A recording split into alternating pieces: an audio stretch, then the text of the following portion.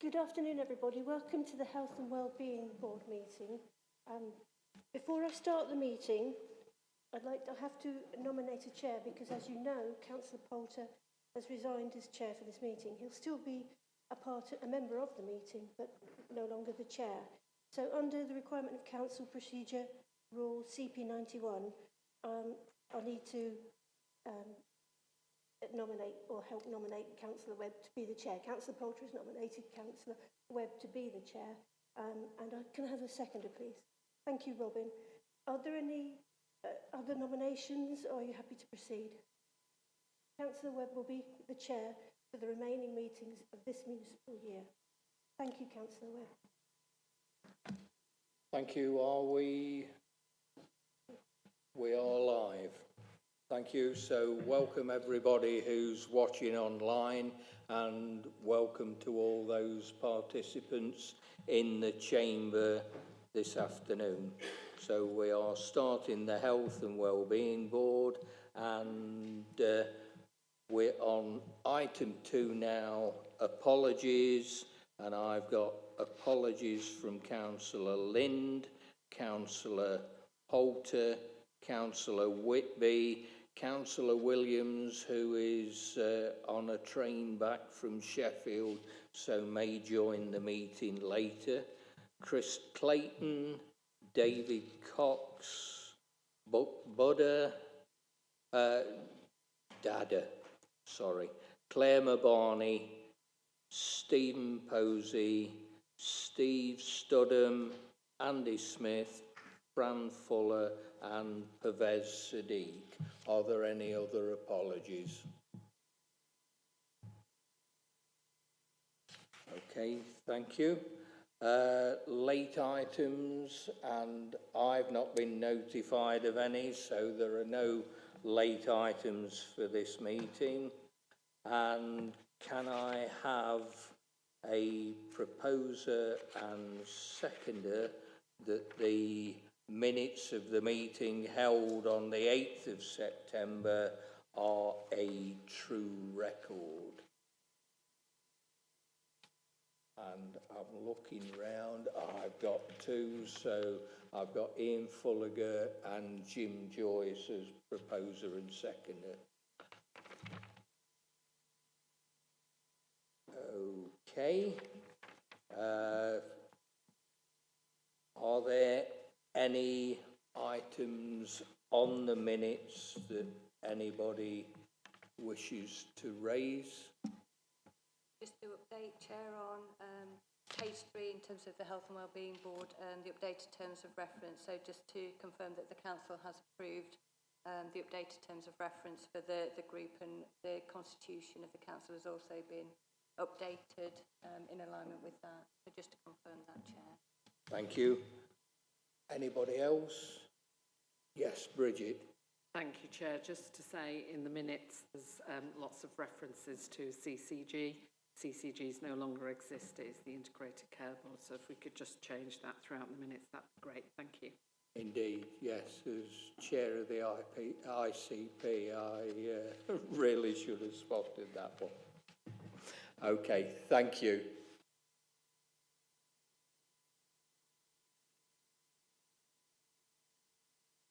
In that case, then, we move on to the Better Care Fund update, and that is Kirsty McMillan. Over to you.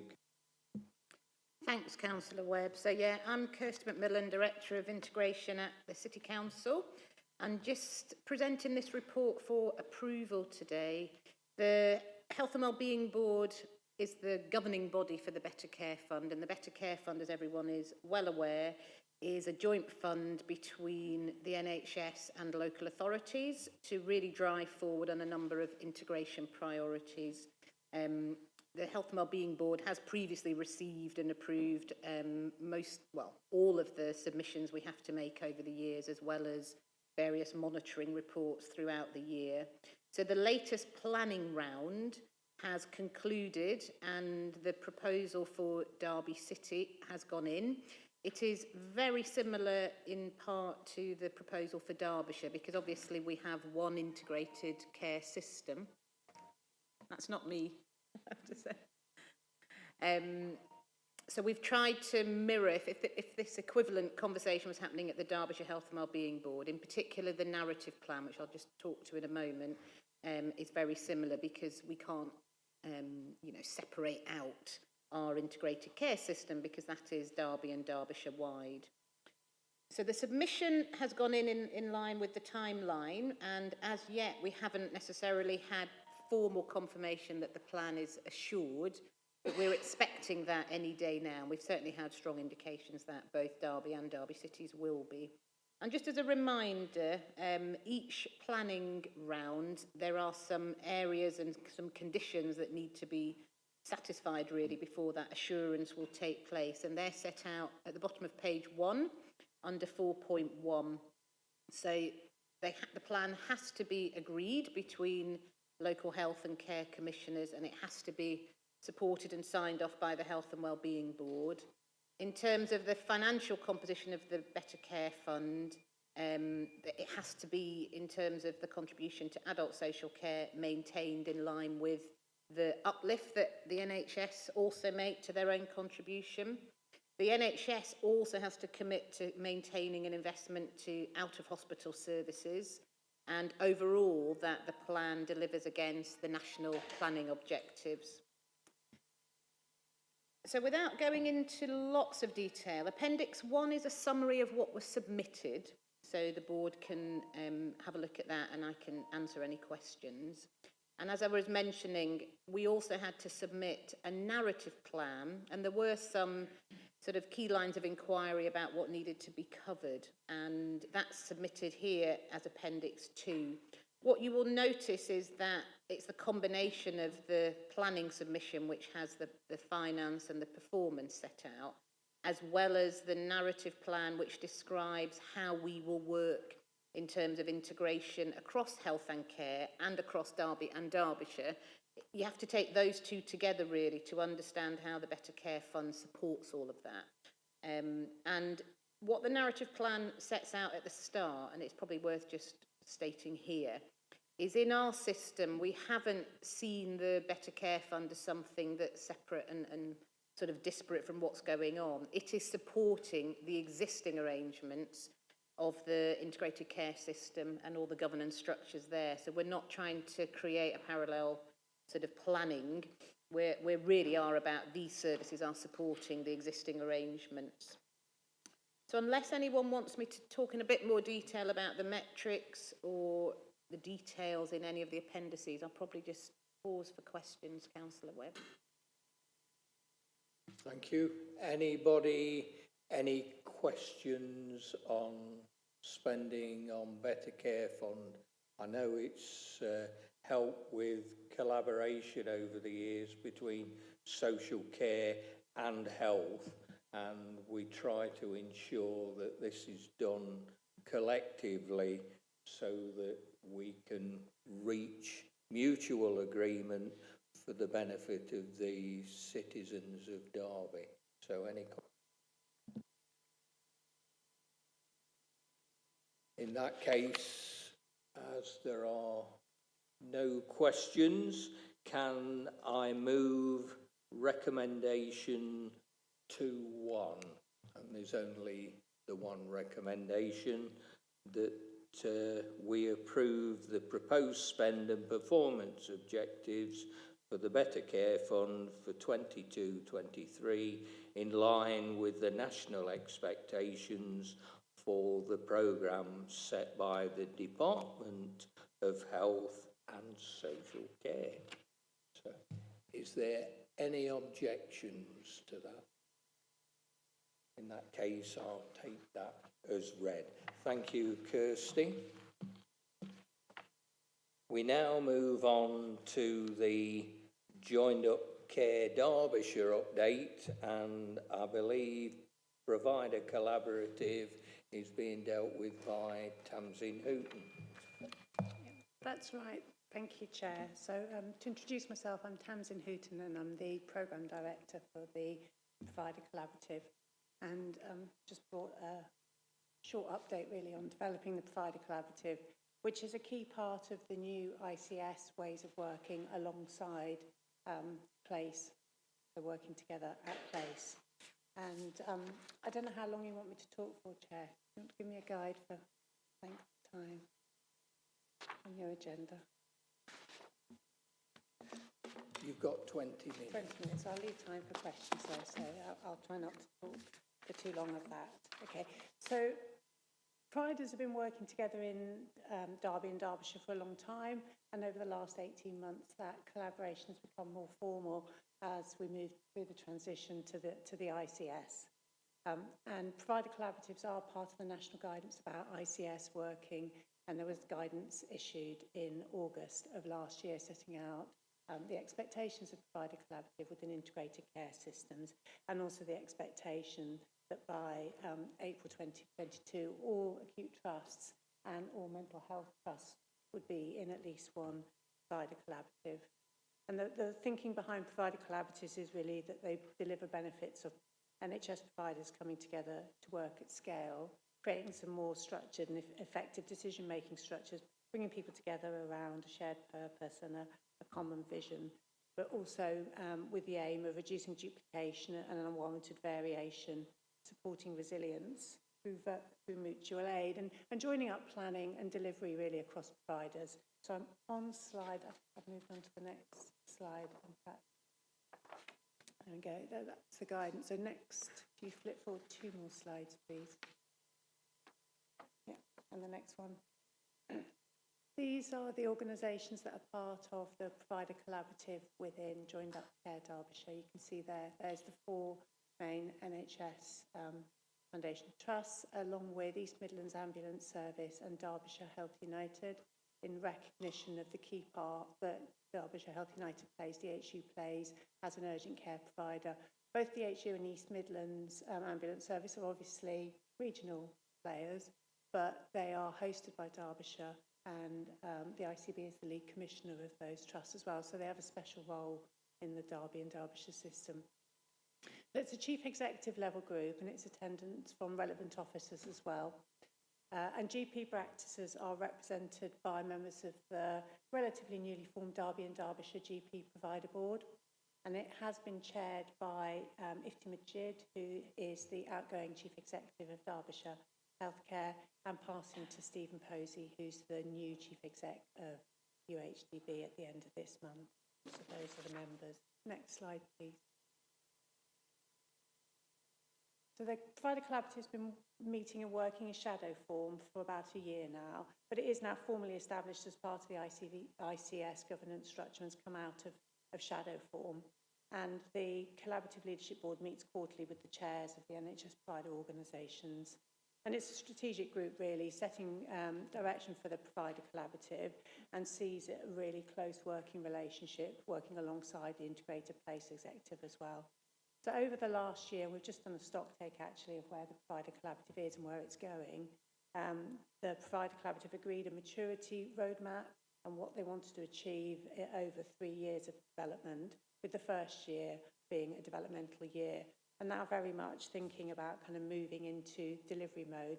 They have me working with them as a programme director, relatively newly in post, and focusing on developing actually the delivery programme for the Provider Collaborative.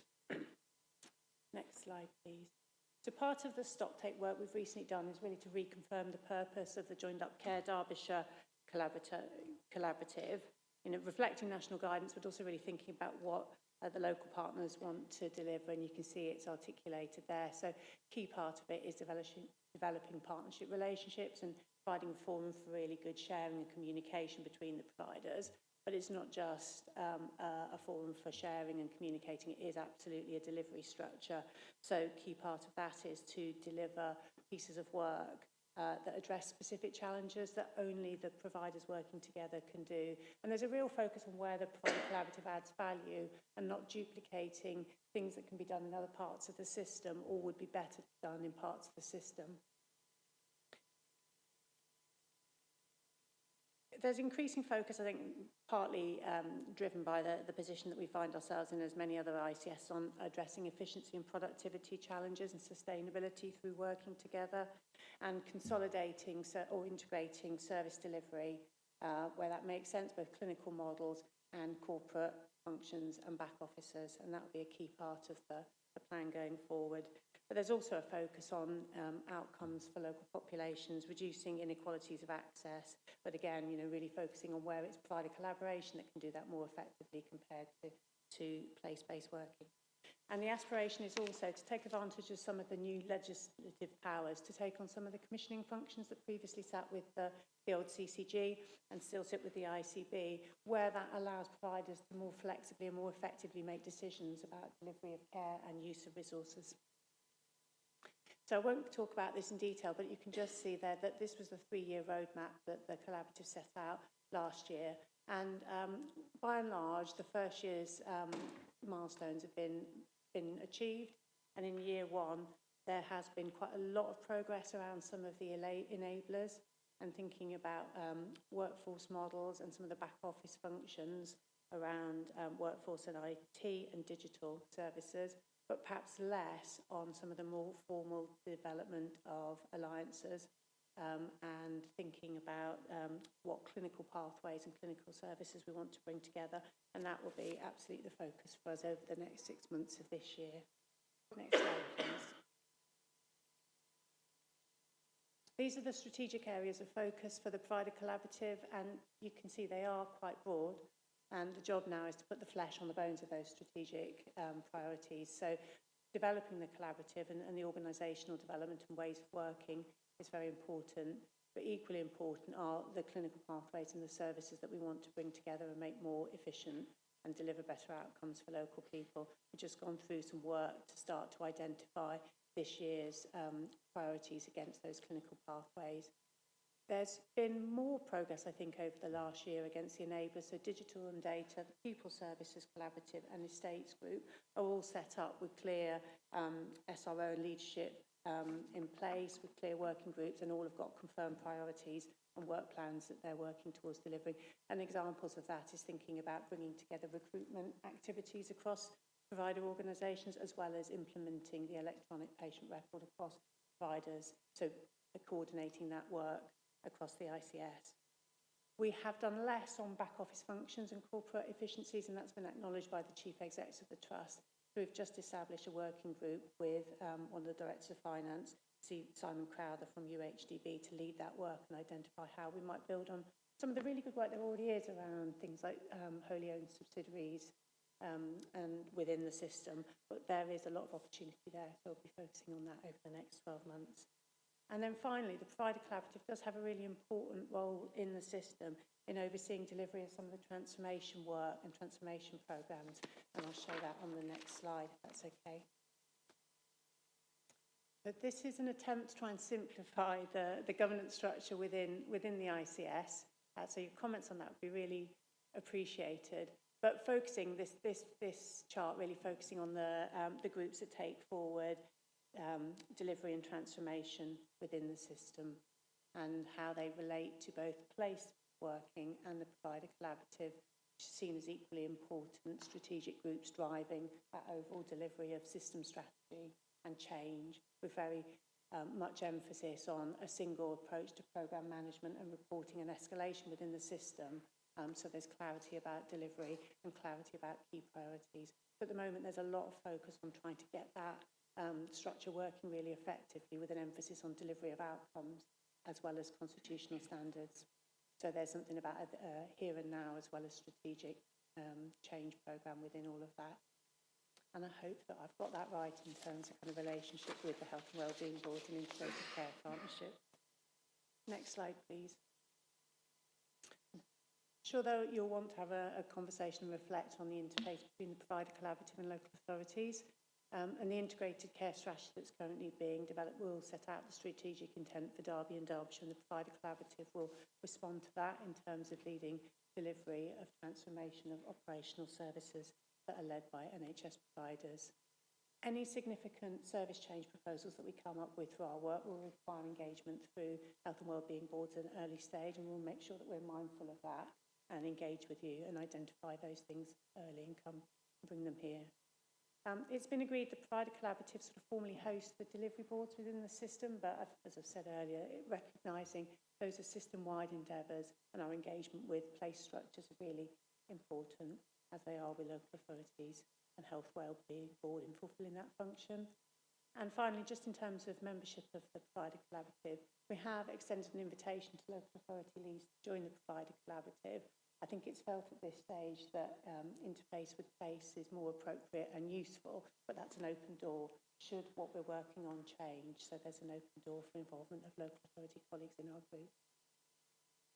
And then just the last slide is really just a bit of a kind of forward roadmap about what the things we're focusing on over the coming 6 to 12 months. And I think I've talked about that already in earlier slides, so I won't rest on that. Thank you, Tamsin. Are there any questions? Councillor Martin? Thank you very much for this presentation.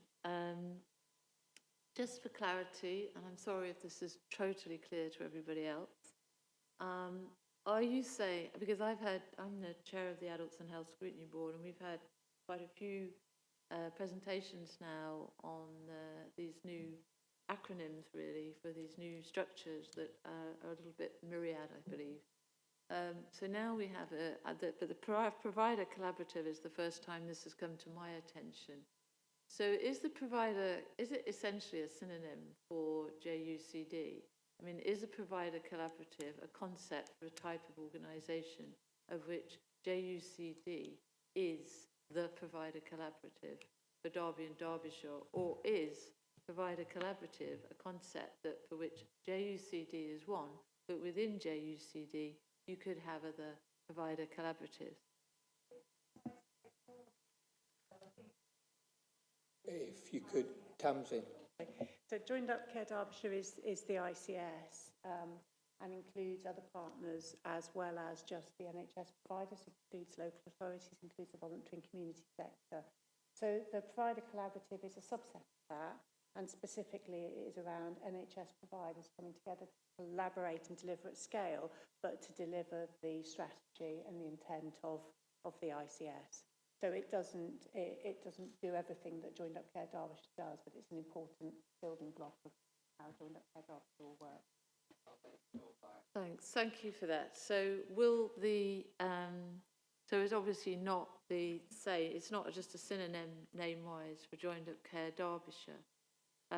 So will it have its own name, or will it be referred to as the provider collaborative?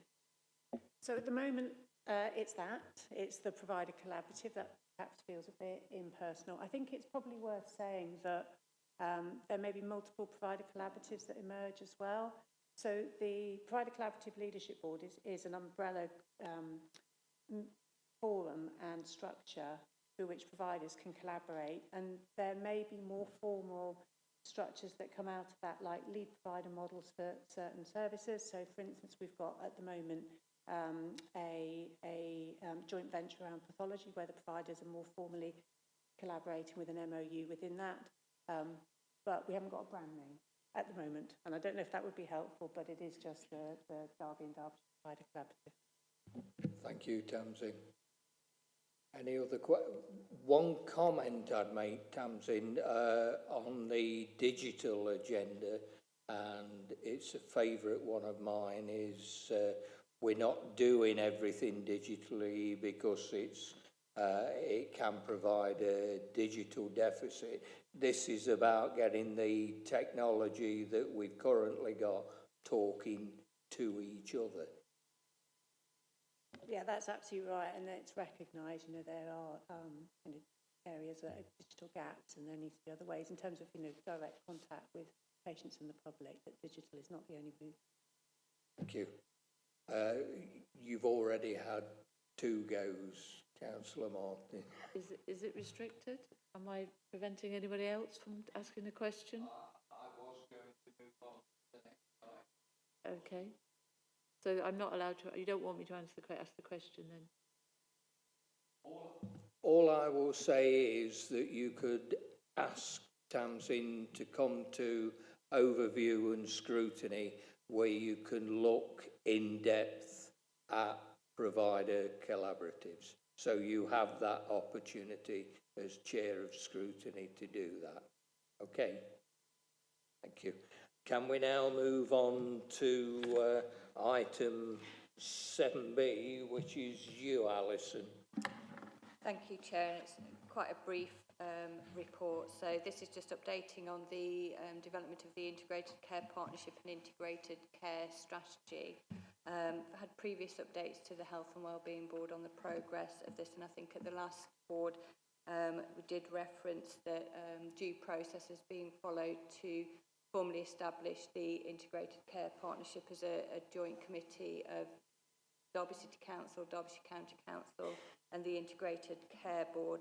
So just for the noting of the Health and Wellbeing Board, approval has been received by both Derby City Council and Derbyshire County Council cabinets over the last month to approve that, and will be sought at the Integrated Care Board later on this month. So at that point then we will be able to formally establish the Integrated Care Partnership, which is currently operating in shadow form, and we'll be looking for its first meeting under those formal arrangements in February of next year, and will be hosted in this very room from that point onwards.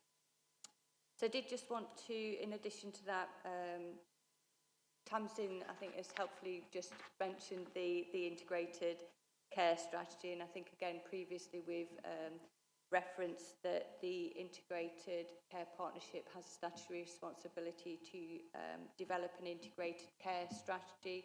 So just for the information of the Health and Wellbeing Board is to note that that work is now being undertaken, so there's progression being made in terms of the development of that strategy, with an initial version intended to be prepared by December of this year, which is in line with government expectations.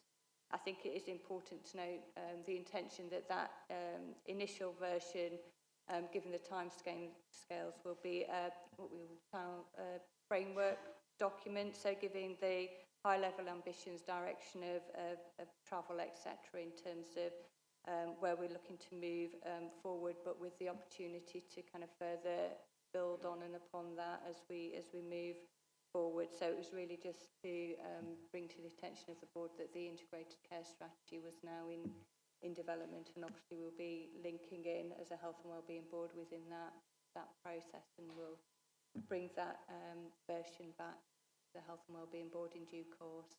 And I think that's all I wanted to say, Chair. Thank you, Alison. Any questions to Alison on that report? Then the recommendation is to note the update. So if we can note that and then move on to Derby Health Inequalities Partnership, and that is Amjad. Got you. And Owen as well. Oh, it's Siobhan. Sorry. Thank you. Over to you. Thank you, Chair. My name's Siobhan Horsley. I'm consultant in public health in the City Council and co-chair of Derbyshire Health Inequalities Partnership. And I'm Amjad Ashraf, Specialist Projects Manager tackling inequality at Community Action Derby, and also one of the co-chairs of the Derby Health Inequalities Partnership. So it's interesting to follow Tamsin and others talking about all the kind of the big health structures that we're working within. And on this presentation, we're going to bring you back to the population. So we're coming back down to the population which this health system is serving. So we ask that the Health and Wellbeing Board note the content and recommendations of consultation findings, which we're going to talk about today. And in particular, the role of community voice in addressing health inequalities. We'll talk about the findings and also the methodology, which is equally important. We did take this work to the DHIP itself just last week, so it's just coming down here now as part of our governance and as the earliest bit of our dialogue with stakeholders and colleagues. And then, given your further understanding of all this process, the work that we've been doing, we ask that the board ratify the role and function of the DHIP in achieving health and wellbeing priorities for the city. So we'll start with a bit of introduction and background. We'll go into some of the findings that we've had from the consultation, including voices of community members, and then we'll kind of talk to you about our recommendations and next steps. So the Health and Equalities Partnership, as we presented here before, I think was started in response to the COVID pandemic, which really kind of, it shone a light on the inequalities in the city to everybody in the city, but also showed how communities and the public sector and other partners can work together to respond to these challenges at scale. It was the actual formation of the partnership and formalising the role of communities in health planning and service planning was recommended through the emergency planning structures at the time, the Local Resilience Forum, Health and Welfare as well, identified a gap for us in this. It's also just a real practical response to the increased interest from communities and community leaders and community organisations to really know how and have support in responding and lead, or, you know, help lead our response to health inequalities has come out in national reports such as the Public Health Disparities Report, which came out at the time. It's important to acknowledge local authority and public health's sort of proactive approach throughout COVID that allowed us to set this partnership up, and our working relationship that built and started from a simple COVID comms campaign to community testing to pop-up vaccination clinics, all based on need, has actually led us to this point. So the DHIP has identified 3 themes of development work. So the DHIP now stands at about maybe 25 community organisation members, together with colleagues in public health and adult social care council, and other kind of colleagues that are kind of stakeholders in those actions.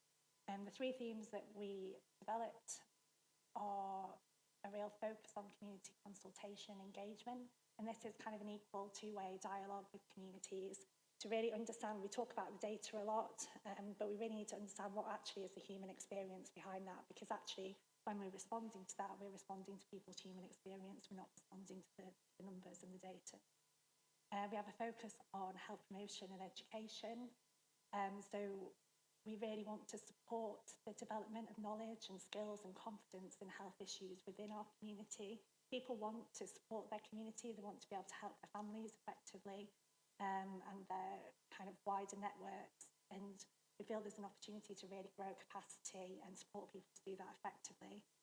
And thirdly, which is really important and is partly why we're here today, it's really kind of how do we develop an advisory function to health services and providers so that they can improve their offer for communities, and how do we kind of start to hold account for those actions. So often we have consultation, we have actions, but 2 things sometimes don't connect, and there isn't that kind of feedback loop back to communities, so we're not kind of learning and going through those learning cycles together. Next slide, please. So we're working within a current policy context of the Health and Wellbeing Board and Joined Up Care Derbyshire priorities, which we talked about here before. We're also kind of responding to this idea of proportionate universalism, which was developed by Michael Marmot. And, you know, we're trying to kind of work with the system in terms of effectively resourcing and delivering universal services at scale, but actually proportionate to the degree of need. So that idea that you have proportional input and proportional impact across those kind of deprivation curves, so you put more effort into those areas that are perhaps more deprived, or those populations which require more support. And this also plays in, we work very closely with the structures that are developing around the NHS Core 20+5 programme, and the purpose of that programme is to really focus on the 20% most deprived population. These are the people with the highest health needs, poorest outcomes, they experience disparities in access to health and related services, and also with the inclusion groups, which are groups that increase risk. And I think the way to look at this is, you know, this is the core population which we as a system need to focus on to actually do what we want to do to reduce health inequalities. So all the work that we have been doing is around kind of, well, understanding this population, understanding the need of this population to better help the system to be able to do that. So I'm just, next slide please. And this is how we're trying to, working to put ourselves within these structures. So the DHIP is a partnership, as I've described before. We have our line up to the Health and Wellbeing Board, which is why we're here today. And then that takes us into some of the kind of the city-led partnership structures. We're also developing our kind of relationship with Joined Up Care Derbyshire Integrated Care System, primarily at the moment through the System Insight programme of work that they have. But also, you know, we're taking this presentation to the Place Alliance next month as well. So what we really want to do is go community first. So we're strengthening the community bit and the DHIP bit, and then we're taking that forward into the wider structures. And we also have some operational resource and access to national networks related to the 20+5 programme and Department for Levelling Up. And the feedback we're getting from them is this is really innovative. We're ahead of other areas. Partly that's because we've had this 2-year lead-in time that we talked about right at the start. So we've got really good foundations. And now we're just going to talk to you about the kind of consultation element. Over to Amjad, please. Thank you, Siobhan. The next slide, please. So starting from the scope, when we set up the DHIP, we've got members together, we understood that for this to work, community buy-in is essential. So co-production and co-design was at the core of our work. So we started off around the scope that the 3 points that Siobhan mentioned. A collaborative, that was something that we identified. It needs to be a collaborative approach. So that's between all partners and to ensure that communities are being listened to. So it's not just a paper exercise or a box-ticking exercise. So that was something that was important. And then again, the co-production, and this is something at every stage, not a strategy being set and then coming and speaking to the community and then going on and doing it. No, it was about the community that were driving this. So with the project principles were sort of were important to establish right from the outset. And then the approach, it was about the community and peers leading these conversations. So the approach we took, we built upon a program of Active Through Football that was set, probably a piece of consultation work that we'd done a year before, where we used community connectors. So these were peers from the community that were actually trained up to go out and be able to have conversations. So they went out, spoke to people, and this was about sort of more quality rather than quantity. So it was having them in conversations, whether they're doorstep conversations, whether that was in workshops that facilitated, whether that was within family or friendships groups. The other thing was also when the community felt that whenever we feed back something, it's not taken seriously. So it was important to recognise that we have a robust method of reporting and report writing that's sort of evidence-based, and this is where public health come in and kind of like support on that. And that goes again with the analysis as well, that we have input from the facilitators and from the community. So it's not just handed across and somebody write a report as they feel, and sort of they interpret the finding as they feel fit. And then also the consultation's gonna, and the report's gonna kind of like devise the DHIP action plan that the co-chairs are sort of in that stage now where we're working on, again, with the community, that what's gonna come off this report. So next slide.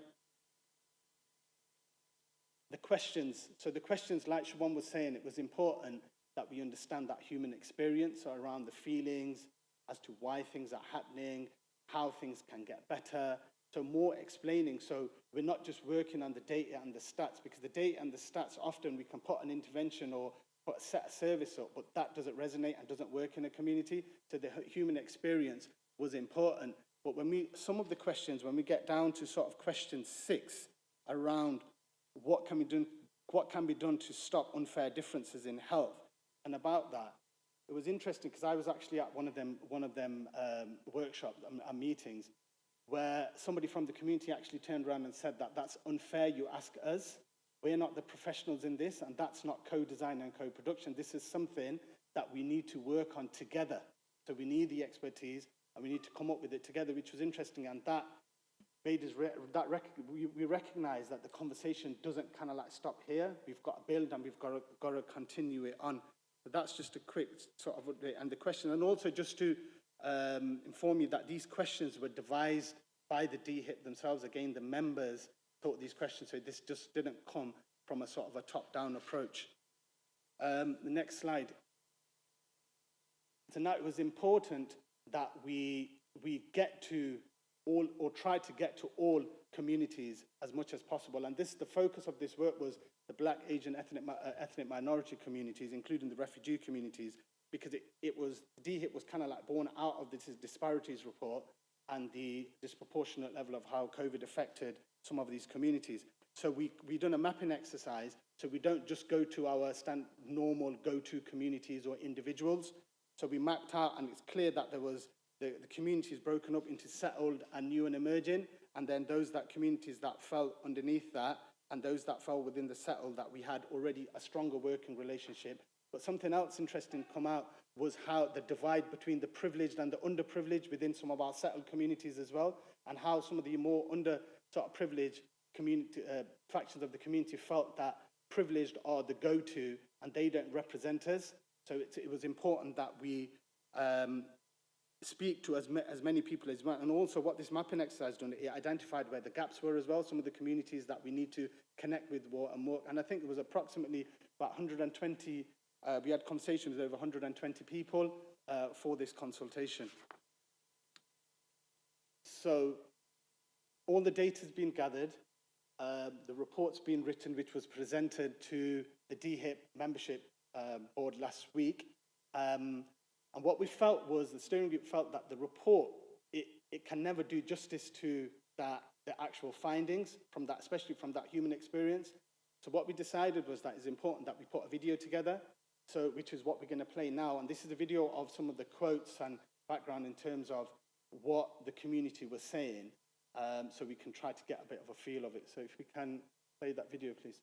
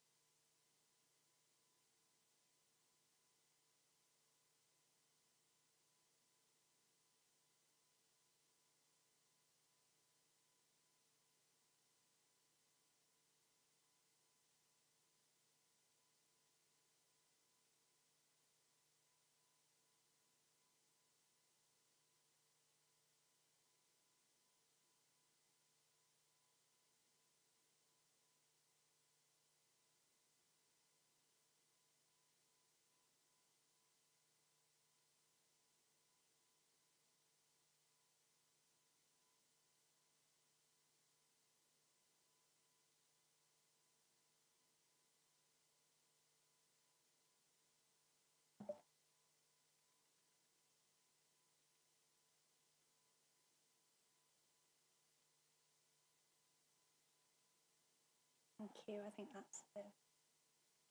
So thank you everybody for watching that. And I think, I suppose for me, it's kind of the second time I've seen that video, and it is quite powerful, isn't it? And it's quite difficult to hear as a health professional.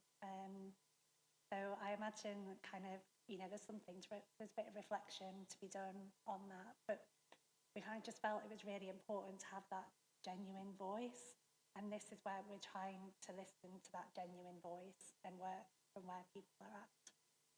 We've just got a couple more kind of summary slides, and then we can move on then. Thank you, Siobhan. So what we've done was, when we wrote the report, we broke it down into themes. So as you can see from that video, the quotes, you know, when it comes to health inequalities, it's not as simple as just looking at it from a health inequalities perspective. It's the wider inequalities that we see within the system that need to be addressed as well. And this is why we felt we've themed it. So there were 7 main themes, and these are not in no priority order. And then we've got sub-themes as well. So there was the main themes: health issues within physical health, mental health, and general health come under.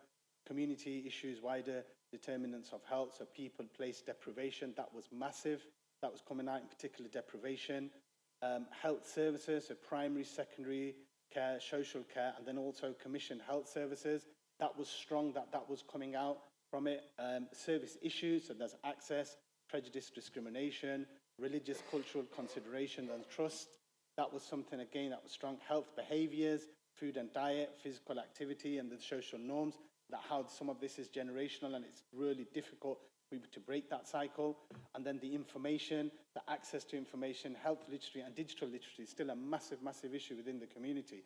And then the need for action, so then that's council action, government action, and then also the NHS action. So if I quickly go into, in terms of just an example, so if we look at health issues and within mental health, we know that mental health is still a massive taboo within Black and Asian ethnic minority communities.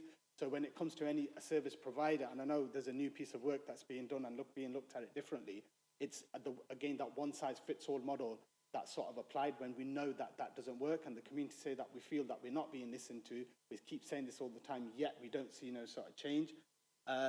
Around community issues and wider determinants of health, again, place is a massive one. Just to kind of like read out a couple of quotes. So a personal barrier, so people in the area are not interested in health and lifestyle, they are busy surviving, raising kids, caring for family members, paying bills, and now there's COVID on top of everything else.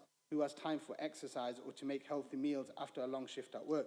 So that was from a male resident, in terms of just around physical activity and the importance of it. Environmental barriers.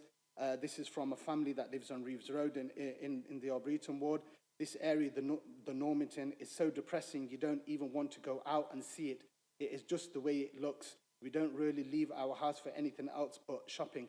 So there's real strong, and in a sense there was strong resentment that was coming out as well against establishments, against the church sector, and this is quite historic.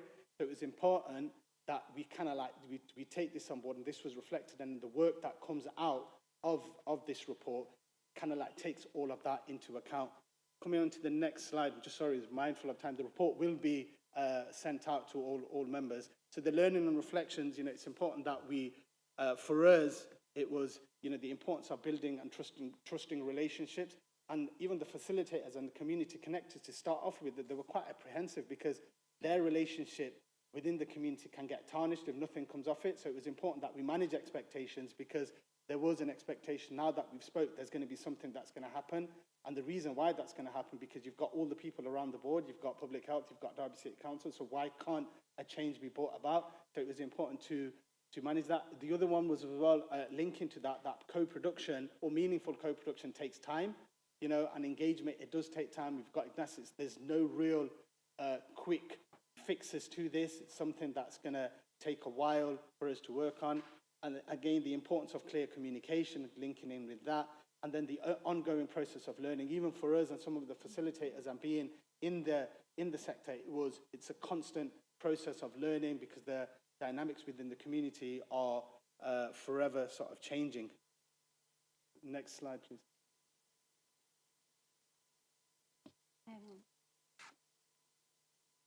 So the recommendations really are kind of reflected in what we've been talking about all the way through. There is something around kind of bridging the knowledge gap between healthcare professionals and communities and kind of just really working together and developing that. There's specific recommendations around training and so on that came through. I think the kind of just continuing to try and work in this way feels really important. So there's a whole range of recommendations around joint working and engagement. And then I think there's something around also that just transition away from top-down initiatives and development, so that we can really kind of support kind of both sides of that dialogue. But that needs energy and it needs input to kind of develop that trust. As Amjad alluded to at the beginning, there's a bit more work to be done around kind of what is required to support people in their family's health and what can we do to stop these unfair differences. So I think that's something that we're going to kind of pick up. In terms of next steps, final slide. So we're kind of the final draft of the report, which kind of goes into this in a much more detail. We're just sorting that out and we'll share that. We will work together with the DHIP to, well, actually these are the recommendations. Well, what are our actions from this, and develop a separate action plan, and just kind of keep going with that conversation really to be able to effectively influence how services are designed and delivered, and also grow that capacity within the community to be able to do that. Yeah, just to add that final point around it is about growing that capacity, because when we come on some of the one around commissioned health services, it's, you know, sometimes providers come in that have no understanding of communities. They do their work, make fancy report, tick boxes, but what impact does it have? You know, it's questionable. So it's important that we empower communities, but then to be able to take on some of these, be able to deliver these services themselves, and there is enough capacity in the community to do that. So it is about looking at it from a completely fresh perspective that is sort of community-led and sort of a bottom-up approach. Thank you for that. That's public health with a heart, I would say. It's all right collecting the data, but it's how you use that data, and that video was extremely powerful and it hit the right notes. It's something we all see, and inequalities aren't just down to communities, they're down to how people are treated within the health and social care system, and it's our job to help improve that. So I hope that the Health Inequalities Partnership will continue to move this forwards. Are there any questions? Alison. Thank you, Chair. Yeah, just to echo that, I thought that was one of the best reports I've ever heard in my time as a councillor. It totally accords with what I know of the areas that you're looking at and the things that people say and they experience and they perceive as well. So I think the approach seems excellent, the outcome seems excellent, and I would look forward to, but as you said, the last question of will things ever change? Because actually what we know is that they've been getting worse in those areas for all sorts of reasons, which you've gone into a little bit, but we can't go over here in any detail, but they have been getting worse. And so I'll look forward to hearing, I think we may have you invited to our committee anyway, our board. I think you're on the programme.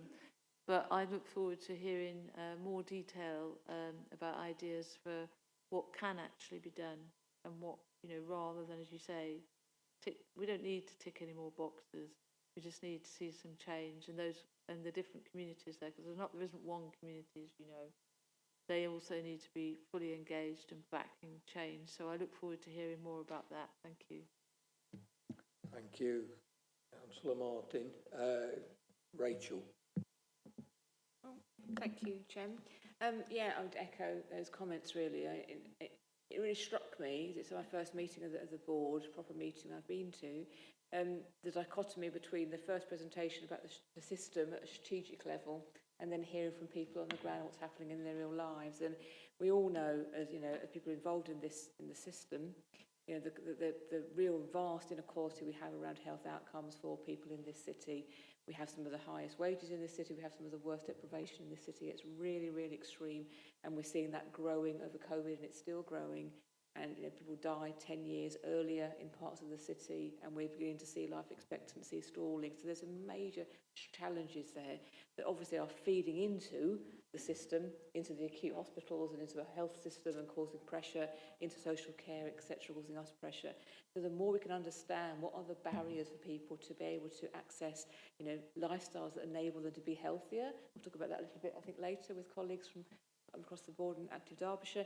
You know, how can we do that in a really granular way that understands those communities and does it with them? And I think we're trying, as a local authority, I know partners in the health service as well, with the team up, staff and our working around locality. How can we join up our people on the ground, to work alongside communities, to really work with them, understand what their issues are, not assume we know and do things to them or do things for them because we really care but we don't really understand. Actually do things alongside in an asset-based way, because we really need to get a grip of that. And I am, from a local authority point of view, but a system point of view, really concerned about the period we're going into. Cost of living crisis, we're all working really hard together on trying to mitigate that, but the impacts are going to be extreme, and that existing inequality will only be exacerbated. So the more we can do in this space, the better. But excellent presentation and clear commitment. Okay, Ian. Yeah, thank you, Chair. Thank you both. Excellent presentation, and I suspect my colleague Mike Kay and myself need to come and talk to you. There's two reports that your colleagues in public health have done within Alison's team for us in housing, and they relate to the housing conditions within the private rented sector within the city. And that report concludes that there are some awful housing conditions within the city, within the private rented sector particularly. And the second report details that the impact of those poor conditions on people's health. And so a lot of what you were saying about your findings, that people find that the conditions, whether it's the place or the property that they live in, does impact on health. And then you were talking about poor heating and effects on health as well. And then I was particularly drawn your comment at the end about continuous consultation. And I think Mike and I are really aware that if Roy and Cabinet colleagues support the reports that are going forward and ask us to look in more detail about some direct actions that the council can take, I'd very much like to work with yourselves to make sure that we're really hearing those voices that perhaps the council hasn't been best at listening to in the past. Thank you. Thanks, Ian. Clive. So just to echo everyone, thank you very much. Absolutely fantastic. Thank you. If it would be possible for the report to be shared with the Fire and Rescue Service as well, if that's okay, for a couple of reasons. I think the NHS Core 20 that you mentioned a few times, I don't know exactly, but I would imagine that would possibly echo the top 20% of our high and very high risk index. Another reason as well, there's one point on the video which absolutely fills us with a real sense of foreboding, especially this year, with using candles as heating and lighting throughout the winter. It just absolutely fills us with dread, particularly for the next few months, and when we're expecting a real cold snap. And unfortunately, we're expecting the worst. So if we can try and work together, if we can try and help you as much as we can, then to try and put people off using candles around the house as much as we can, particularly, as you said, if it's in sort of poor quality housing stock as well.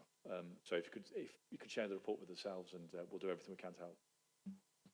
And this is what co-production is all about, all of us working together to a common aim. And I think this has been really informative about where we're lacking and anything that we can do to get together. And the Health Inequalities Partnership, I know Fire and Rescue are represented on there. So if we can continue to work collaboratively, then I'm sure we can make improvements across the city. Yes. Thank you, Chair. Again, it was a really brilliant presentation. My inner youth worker was rejoicing seeing a really good piece of community consultation. And I mean, so often we get just, oh, community consultation is central to the work, and it's a buzzword. But that looked and felt like it was a really quality piece of work, so well done. My question is that, are you using charities within the education charities, particularly within the city, to make sure that this is being transmitted up into the NHS for training purposes? So I've got a couple of charities that I've got in mind. I'll talk to you about them at the end. But are you making sure that you're creating a education program for the staff in the NHS who are, so that it's from within? Yeah. Thank you. Okay. Now, recommendations, and I know that. You're coming back. Just to answer that, we are at the stage of, in terms of looking at extending our membership. We wanted the action plan to come off the report, so the majority of the work that DHIP's been doing is has been based in and around the consultation. So membership is going to be open now to certain providers, and if there's any education providers, we're more than happy, so we can start devising something again collectively. Thank you. I can't say that now, can I? Okay, thank you. We've got 2 recommendations on this: to note the content and recommendations of the community consultation findings and the role of community voice in addressing health inequalities. And I think that's really important, and that video brought that out. So sharing that amongst all the representatives here and not here will be extremely important on that, and to ratify the role and function of the Derby Health Inequalities Partnership in achieving health and wellbeing priorities for the city. And I think you've shown that you are moving quite quickly in the right direction for doing that. So is there anybody objecting to any of those 2 recommendations? Okay, in that case, I'll accept it as recommendation 2.1 and 2.2. So we now move on to something that you mentioned in your Health Inequalities Partnership, and that's physical activity. And we've got Duncan Cowie and Stuart Batchelor. Thank you, Chair. Yes, I'm Duncan Cowie, Head of Parks and Active Living for Derby City Council, and presenting this item jointly with Stuart Batchelor, who's Strategic Director at Active Derbyshire, and I'll be handing over to him shortly. Next slide, please. The chart there shows trends from Sport England's Active Life survey, which is undertaken twice a year based on a survey of at least 500 adults in Derby, and that's replicated in all local authority areas across the country. It shows those adults which are 16 years plus who are active, fairly active, or inactive. Active means at least 150 minutes a week, fairly active 30 to 149 minutes, and inactive means less than 30 minutes a week. In Derby, over 1 in 4 adults are inactive and achieving less than 30 minutes of moderate intensity movement a week. It's important to note that activity levels in Derby are lower than the national average, and therefore inactivity is higher than the national average. We're still on the previous slide, by the way. Thanks. The COVID pandemic saw unprecedented restrictions applied to everyday life, resulted in a clear drop in activity levels since the last full pre-pandemic reference point, which is in November 18 to 19, and you can see that drop off in activity. We also know that certain demographic factors, this is following on from the last presentation, influence physical activity behaviour, and there are higher rates of inactivity in groups with the most to gain in terms of reducing risk, including those with long-term health conditions. So females, people in lower economic groups, people with a disability, people from some black minority and ethnic groups, and older people are all likely to be less physically active. And if you combine some of those factors, the situation is even worse. Next slide, please. The Move More Derby vision. The strategy sets a vision for physical activity and sport, as it says there, of an active derby for everyone, improving our health, well-being and quality of life by supporting people to move more in Derby. It positions its contribution towards the wider aspirations of our city, such as educational attainment, health and well-being and social cohesion. It's a strategy for the city, not just Derby City Council, and everyone has a role to play. And the key outcomes are listed there, so improving physical and mental health and well-being and reducing inactivity, improving aspirations and strengthen communities, and creating cohesive communities with support for maintaining independence. Next slide, please. The Move More Derby approach. The strategy promotes a citywide whole systems approach for physical activity and sport. It involves the recognition that no single organisation can on its own achieve a sustained increase in activity levels across the city, and there isn't one solution to the issue of inactivity. Solutions to unlocking inactive and underrepresented groups are likely to involve non-traditional partners, settings and locations. So the Council, together with Active Derbyshire, have a leadership and facilitation role. The Move More Derby approach aims to enable cross-sector forces to consider the barriers and enablers to people leading more active lives. It involves an asset-based community development approach, which involves mobilising community assets to help create more active communities. And similarly, the development of environments to enable more activity is key, for example, in parks and open spaces and through walking and cycling infrastructure. As an example, leisure facilities may serve around 15% of the population, and whilst the importance of that 15% is really significant, a recent study by Sheffield Hallam University estimated that every £1 spent on community sport and physical activity generates nearly £4 for the economy.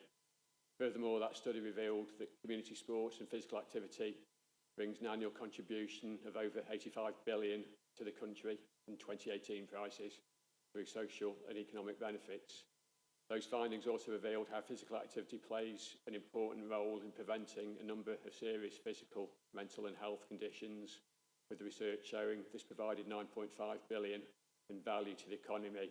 Of that amount, 5.2 billion was in healthcare settings, while 1.7 billion was in social care savings. A total of 450 million was saved by preventing 30 million additional GP visits. Therefore, what's the potential contribution if more people participated more regularly? And that's another reason why we need to focus on getting inactive people active and those fairly active to active outside of traditional settings and approaches. Next slide, please.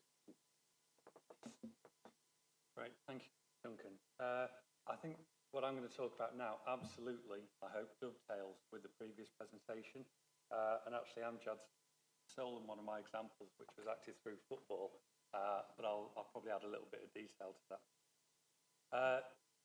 This is really, I want to focus on what we've really looked at over the last 3 years, and that's this place-based approach, which, when Rachel spoke a few moments ago, talked about that granular understanding of local communities. So what we've done together in terms of the Move More Derby team and Active Derbyshire is focused on Derwent, Sinfin and Alveston particularly. And that work, I'm not going to explain those four kind of circles there, but I'll give you a kind of context to it. That it's provided as a framework for how we work in place, and that's been talked about, I think, within the city, and how we perhaps do place-based working in the city. And there's been formation of some extended Move More teams working in 6 communities, which involves the Live Well team, the Parks team, Community Action Derby, Active Derbyshire, and others. And it's really given us some great kind of experience of how we should approach it. It's based on going into communities, building a relationship with people so that you're trusted. It's authentic listening, and that authentic listening, it goes back to, I think, what was discussed previously about actually taking what people say and taking it forward so they feel that they're listened to. And using that to capture the themes that come out, and the lens for physical activity is the themes that make it difficult for people to be active. And that can be because of their complex lives, it can be because of long-term conditions. Increasingly, it's because they don't feel safe in their communities, or they can't walk along the streets because so many cars are parked on the pavement. So that makes you think, how do we retrofit those communities to create a more active environment? But then through those relationships, we can co-design the creation of opportunities. And the Active Through Football is a prime example where there were 50 cities across the country were invited to bid for money through football to go into the most deprived communities. And the consortium in Derby, which included the Community Football Trust and the County Football Association, kind of considered, well, the area that most need is Normanton. But actually there's no culture of football within the communities in Normanton. So we really should understand what people in Normanton feel. So that piece of insight work that Amjad touched on was taken forward. And what came out was actually there was no point the Community Trust or Football Association working with that community because they would have no traction, it wouldn't be understood. So everybody agreed that Community Action Derby should front bid to the Football Foundation. Now, of 45 bids that went forward, this was the only one that wasn't a football organisation. And I have to say, it caused a bit of chaos with Sport England football because they thought, how do we give money for football and it's not one of our trusted partners? So they came and visited, and they met with some of the group that Amjad was part of setting up, and understood, actually, if we're going to make a difference in this community through people being active, then yes, we should go with a non-football group, and also football doesn't figure in the first year of any programme. So that example is now being seen nationally as a way forward, and actually it's also helped influence decision-making on investment that Derbyshire County Council and ourselves are doing around piloting neighbourhood to create walkable neighbourhoods. So it's really having resonance with ways should be working. Move on, please. So really the kind of need for the review came from how important this learning from place-based approaches became, also the impact of COVID, and also the collaboration that started to work with a number of organisations. So I mentioned a few there, ourselves, the City Council, Community Action Derby, Metropolitan Thames Valley Housing are absolutely around the table with us, and a number of others. So it's that we're halfway through the strategy. Let's review it and see where we should be going. But the message hasn't changed. It's totally on that inequality gap that we've been talking about. But it's applying a proportionate universalist approach which needs to be embedded not just for those working in the area on a day-to-day basis, but also across the system. So how do we get adult care to think about introducing moving more into their care specifications when they go out to tender? And it's one that builds upon the culture of learnings to date, but sits within the context of our environment and the identified priorities for Derby. Next slide, please. So this just sets out a bit of a wider context, because nationally there's a new Sport England strategy and there's the Building Back Fairer theme as well. From a Derby point of view, there's recovery plans from COVID, there's the Better Together work, there's the climate emergency which has emerged, and there's the county making our move strategy as well. So all those things are relatively new, they need to be built into it, but certainly they need to include this place-based approach, the reimagining of what locality working looks like, and the articulation of how moving matters to each locality and the approach in each place. And I think we've started on this journey, and we've got that really good collaboration that's going on of people actually aligning their resources into a common way of working around place in Derby. Just move on. This is just very quickly the process that we're going through, which we've done an audit of Move More, and actually the story of Derby is something that we're telling around the country because the changes that we've seen is really exciting. We're doing initial engagement with those closest to the work, and then that will continue into the new year. And we want to have an event around about April, and then complete the strategy and launch that in the start of the next financial year. Next slide, please. So in terms of the journey so far, the position statement which was developed was captured some of the highlights. We've started to identify learning from the experience to date, as I just mentioned, and it's informing the conversation. The observations on the journey so far are that there have been a more purposeful network building around physical activity, which has increased the space to collaborate, to build connectivity, to network, and to connect physical activity in communities. The learning from the networks and from the place-based working is starting to influence investment opportunities, and I mentioned the city, but the county and nationally as well. But there is still work to be done. There still feels to be a bit of a disconnect between political will and policy recognition for changing those outcomes and operational implementation across a network of organisations. So we still have siloed working, and we still have bits of organisations that they do things in one part of the organisation to meet their needs, and that actually stops other parts of the organisation doing what they want. And I see one or two people nodding around that. So that's what we kind of want to move on from. And just moving on to my final slide. These are the emerging refresh priority themes. So around environments, we want to create walkable communities, and walkable, scootable, wheelable, cyclable, whatever. It's about feeling safe in your community to go out and be active and to move around freely. Reduce the number of car journeys, short car journeys. So how can we get people walking to shops, walking to schools more? And how can we build on the active environment? Some incredibly tremendous work going on in the city around parks, around rewilding. But actually, I think I noticed at Partners Board, there's 4 or 5 different initiatives going on around environment, but it's not been linked together. There are opportunities to pull that together and share the learning and the opportunity. What we haven't really done in the last 3 years is connect with health and social care, and myself and Owen met with Robin last week about how we engage the health sector, particularly in this work, and how we can help reduce waiting times or reduce pain management by introducing physical activity and movement into the system. We've done some great work together around children and young people with the Youth Alliance. How can we build on that? We've just had the opportunity to potentially invest about £500,000 over the next 3 years in out-of-school clubs.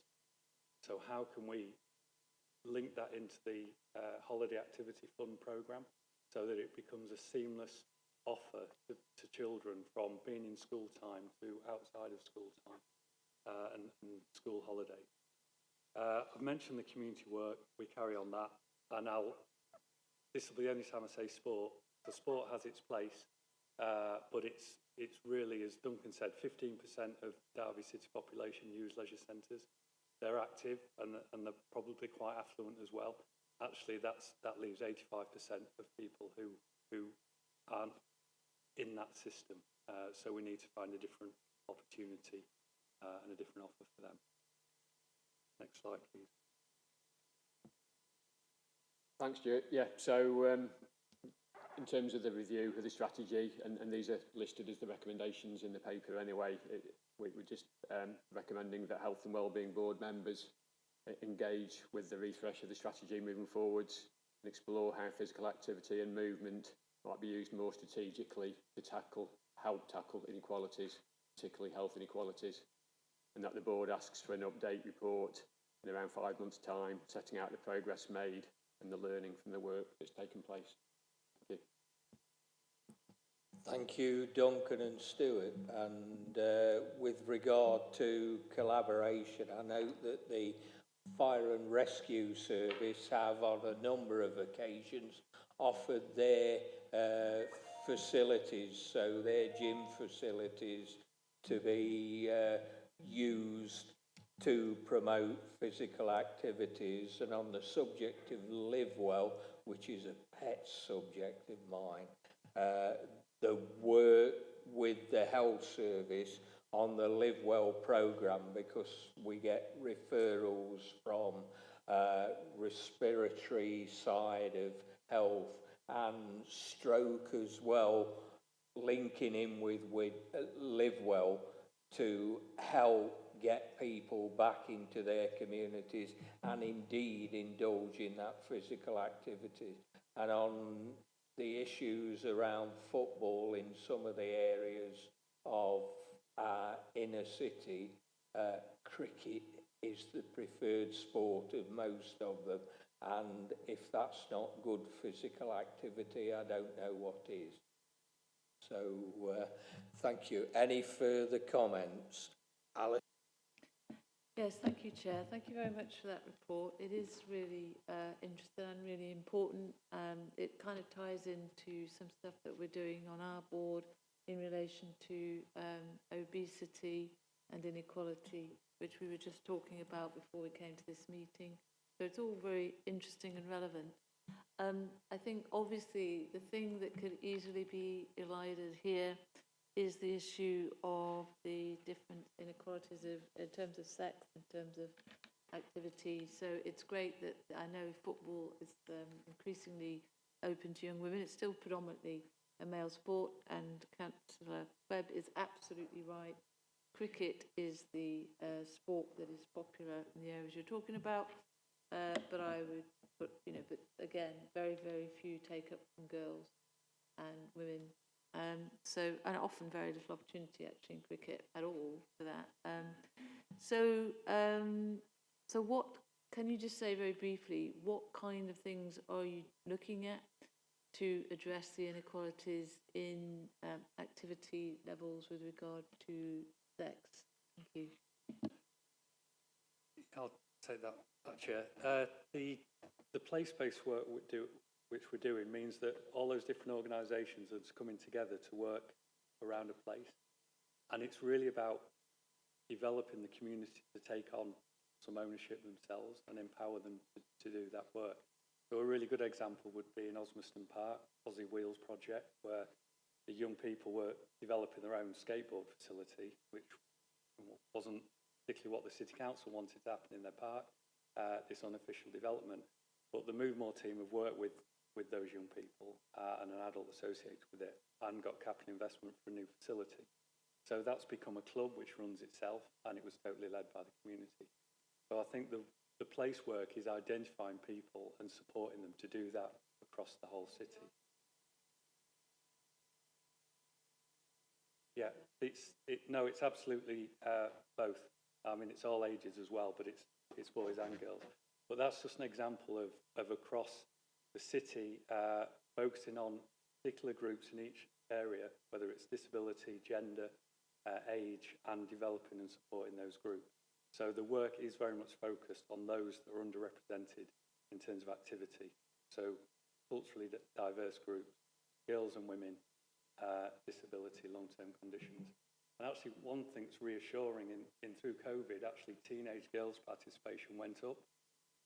And there's a lot of understanding as to why teenage girls felt more confident of being active during that period, and making sure that schools are providing an offer, which means girls do the same.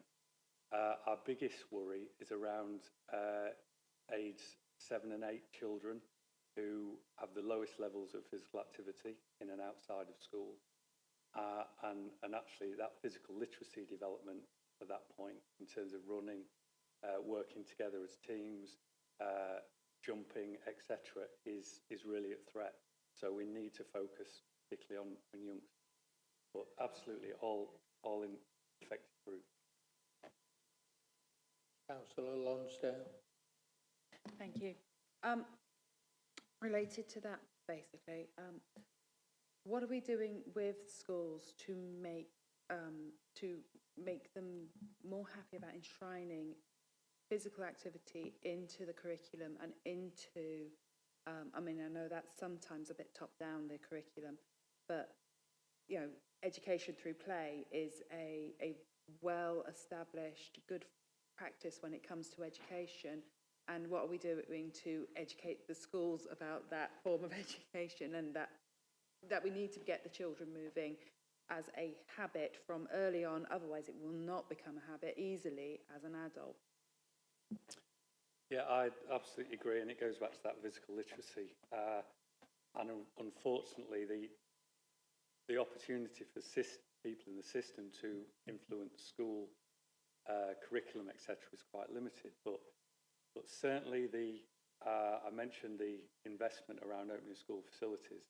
So we've met last week with the obesity lead from public health, with the HAV programme coordinator, with education, children's services, about how we can use this opportunity to fund out after school activities, but build into that influences within the school time to build in sport and physical activity and movement within the whole curriculum. I know one particular school, which is Arboretum Primary, where they have a member of staff there who is absolutely committed to sport and physical activity for his school children, but the community. And this funding is, we'll think, how can we support him to really take that message forward? And then do the workforce development across teachers, across the whole city. And this is clear, absolutely a national problem. But by working together in Derby, I think, you know, we've got a start, an opportunity to make a difference. Thank you. Rachel.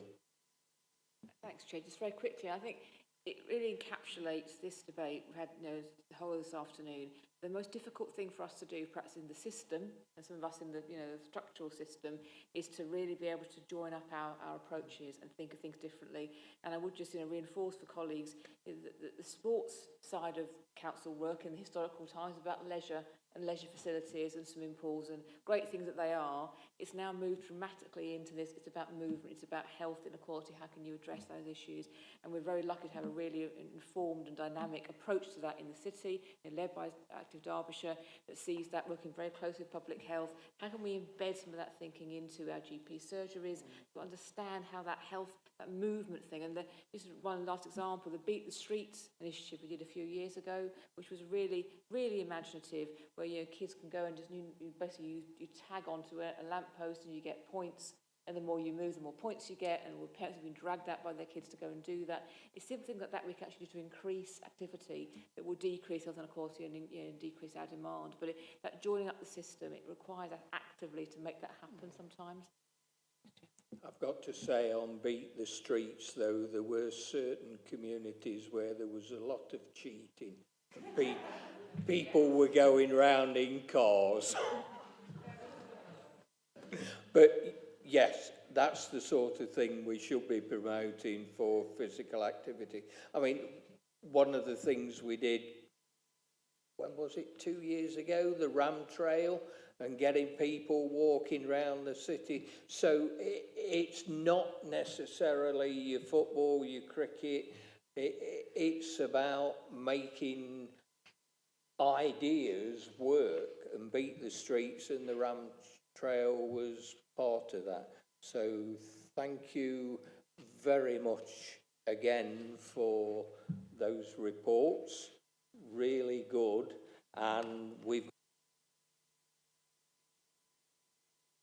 I'm not going to read them out this time, but 2.1 to 2.3, does anybody have any objections to those? In that case, I'll take them as accepted. And thank you, Stuart, and thank you, Duncan, for that update. Look forward to seeing you in 5 months' time. Okay, next one is James Moore from Health Watch Derby, and you're doing a presentation on pain management. Is that before or after physical activity?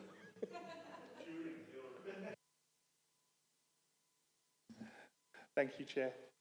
I'm not going to do a major presentation. I was going to talk to the report. The main aim today is to make the Health and Wellbeing Board aware of the report we've done on people's experiences of chronic pain. Back in 2017, the Health Survey England NHS Digital discovered 34% of the UK population affected by chronic pain. That's almost 28 million people, and accounts for 5 million GP appointments per year. And this is that's pre-COVID, so obviously we haven't got the up to date. But when our report echoes that locally, we've got similar figures. A third of the people who've responded, it would show that they're heading in that direction.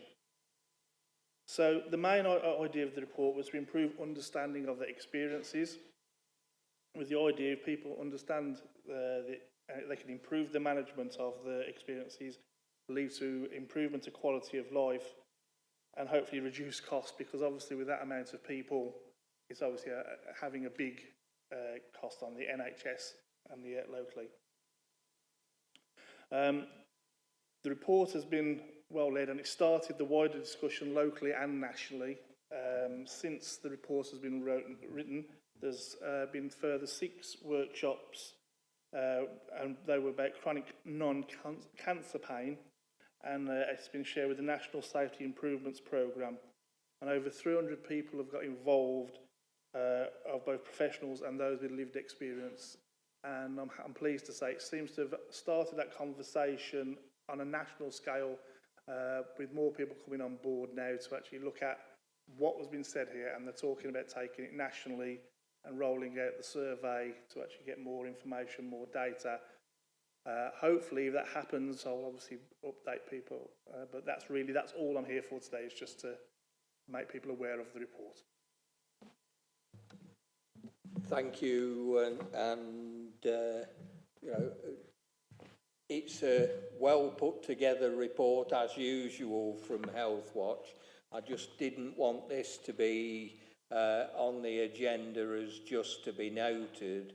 So there are some points in here that really need to be considered around pain management and how we deal with it collectively. So you know, there is some pain with some gain opportunities if we work together on these. So thank you, James. Okay. Sorry, around in terms of ethnicity-wise, who you spoke to, I can see from that it's predominantly white British. Is that for any particular reason, or is it around access, or what? If you look through the report, the report was both online, and we also attended a lot of the areas where people were going for their pain management, and that just so happened the people on the day, that was the breakdown. So there was no rhyme or reason, but they were the people who come forward, which is something we actually do find quite a lot when we're doing surveys. We tend to get a lot more white British people come forward than some of the other ethnicity bases. Unless we're actually doing a focused piece of work, such as when we've done the black and minority ethnic maternity work, obviously that focuses it. But when we do a general piece of work, that's something we notice, that's something we're trying to work on at the moment. Okay, yeah, because obviously we've had a conversation many a times, I'm sure, around digital literacy, and that is a big issue when engaging with some of the communities. Just a point to be noted. Thank you. Go on.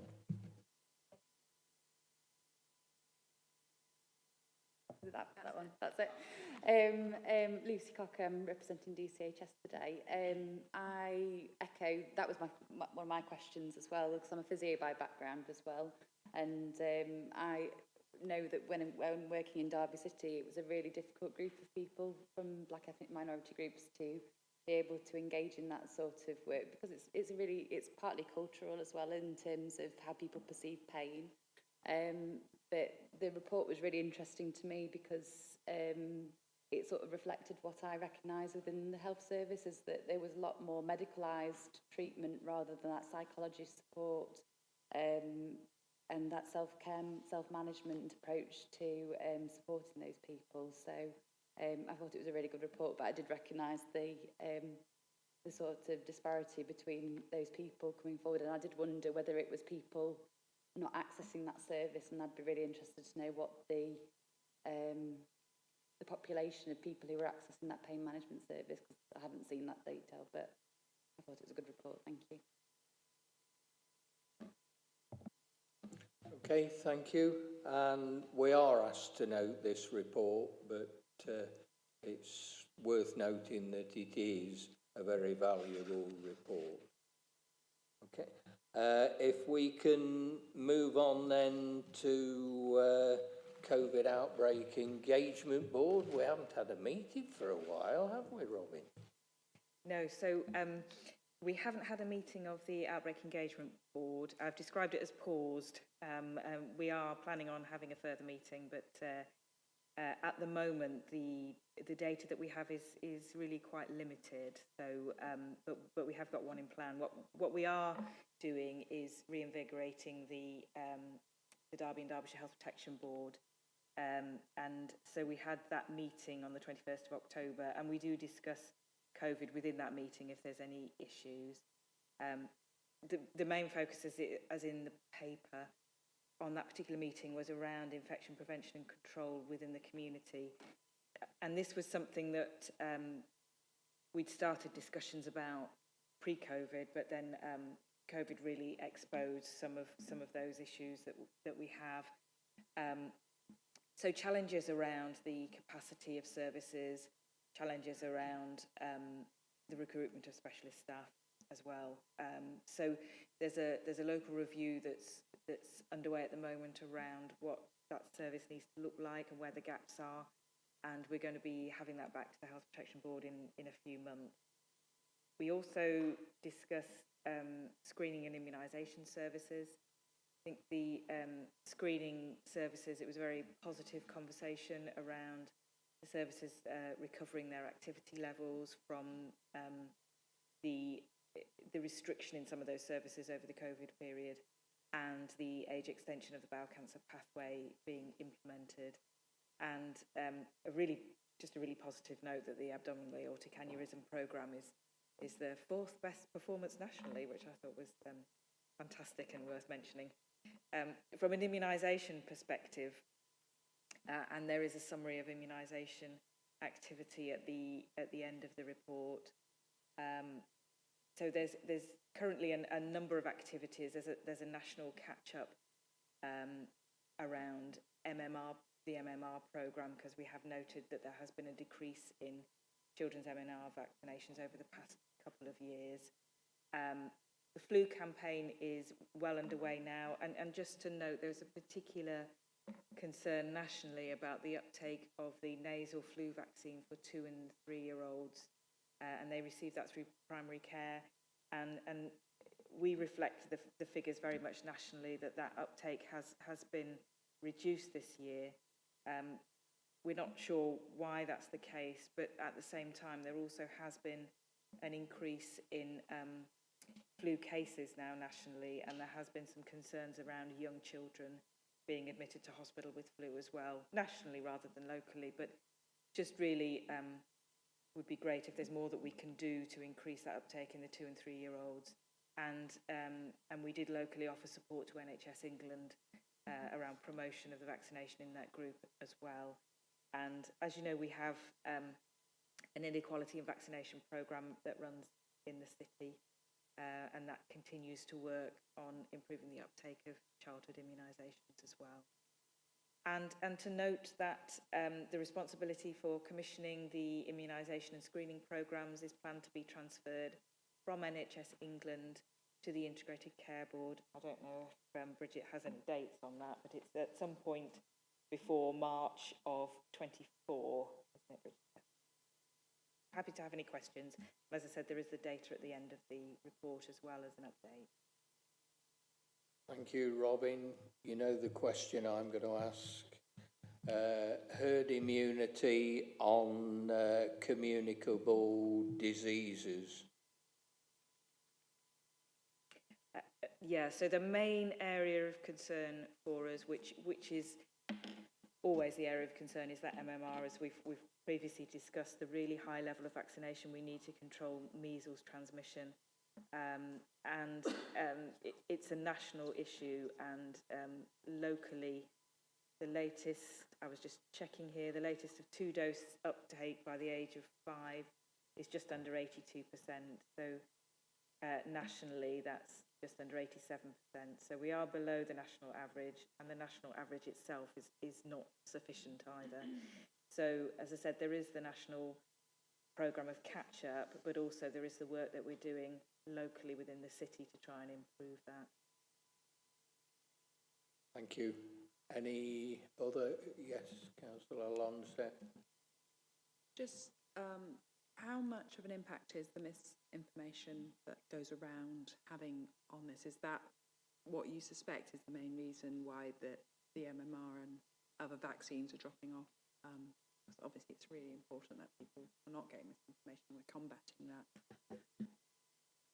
I think there's been a lot of concern and consideration that might be part of it. I mean, I don't know if Amjad's got any thoughts or reflections on whether the impact of COVID vaccination has had an impact on other vaccinations. I think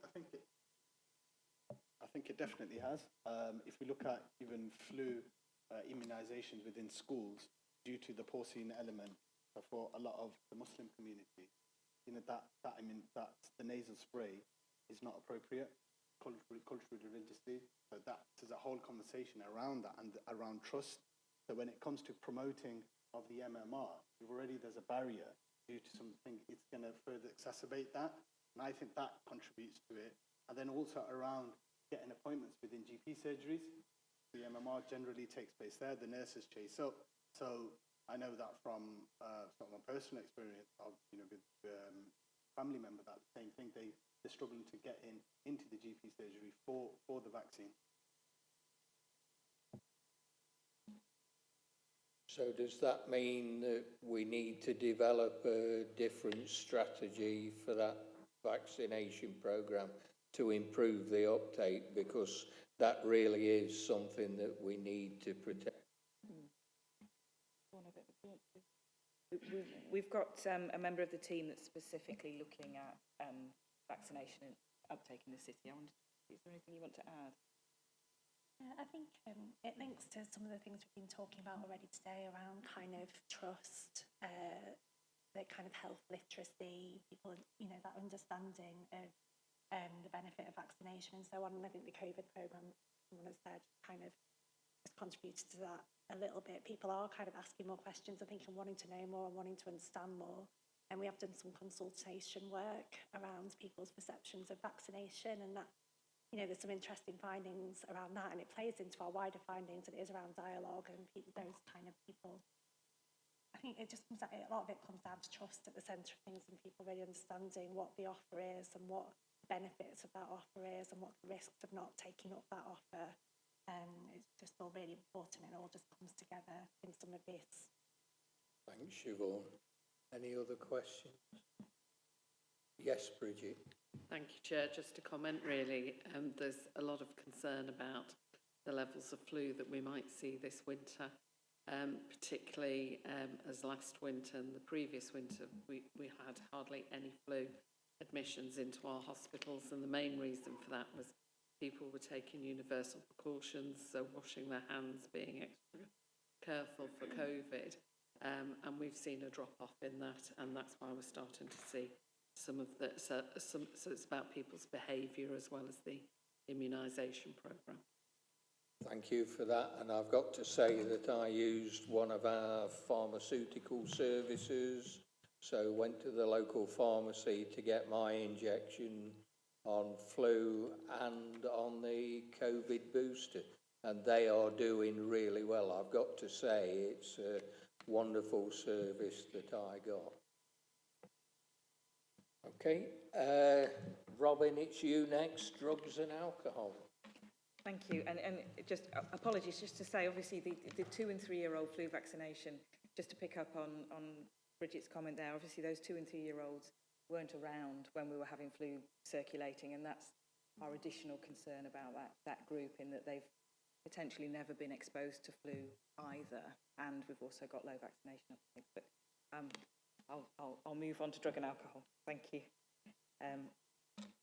There's just a paper to update you on the development of the Derby and Derbyshire Drug and Alcohol Strategic Partnership. You may be aware that there's been a new government strategy, Harm to Hope, and as part of that, there's a requirement for local areas to develop these partnerships, and there's some really clear guidance around the priorities, and there's also some associated funding as well that's been received along with this. So the three key priorities for this are breaking drug supply chains, delivering world-class treatment and recovery systems, and achieving a generational shift in demand for drugs. And so these partnerships are being established between the local authorities and with the police, and also probation service as well, and with the Integrated Care Board. You'll see on the paper there's a list there of who may be part of it, but that's the core membership. And the purpose is to have a senior responsible officer, which is a role that I'm taking up for the time being, to be assured of all of the activity around drug and alcohol actions across Derby and Derbyshire, and to be that link into national government, to have the partnership to bring partners together to ensure that there is action taken and improvement made. And then underneath that partnership, we will have a Derby City and a Derbyshire County group, which will look at actually the day-to-day, much more of the operational delivery of those services and their commissioning as well. So it's just an update of that. The partnership has been established as a subgroup of the city and the county. Has the county council gone through now? I think it went through a week or so ago. Yeah, so it's established as a subgroup as the city and the county councils as well. Happy to have any questions. Amjad? Thank you. Thank you for that, Robin. Drugs and alcohol within Black, Asian, ethnic minority communities has always been a massive issue, right? Even from commission services perspective to support. So this is something, again, it's reflected within the report. I'm just looking at, in terms of the partnership, the members, is it possible having somebody from Community Action Derby, or Community Action Derby being part of that, with the view of ensuring that there's no further, well, the inequalities that are prevalent within the current services, we don't get a repeat of that, especially if this is a new strategy, so kind of like influencing that. Because we are seeing a rise, if we look at it in terms of place-based Normanton, Arboretum, criminality associated with drugs, massive, addiction, again, it's massive, but there's nothing being done in terms of targeted support of drugs and alcohol. No, absolutely. I think the question is perhaps whether it would sit with the partnership, which is the overarching, or whether it would sit with the city-based group, because we will have a city-based group that I'll be chairing as well. So it might be more appropriate, but we can have a conversation, can't we, and look at the terms of reference as to where that would be. Thank you. And again, we've been successful in gaining funding from government grants for drug and alcohol work, haven't we? So things are moving in a positive direction. Any further questions?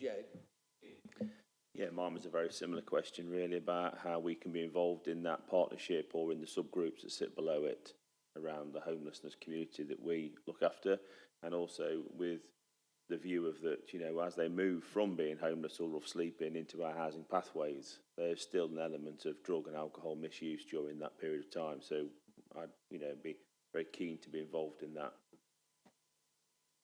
Thank you. Again, I imagine it's probably the city-based group that we're thinking about there, but absolutely, thank you. Okay, recommendation is to note. So unless there are any objections, I will accept it as noted. And then finally, you've been waiting all this time, Alison, you've got 2 minutes. but not least, and I think 2 minutes is plenty of time. So this is just for the information of the Health and Wellbeing Board.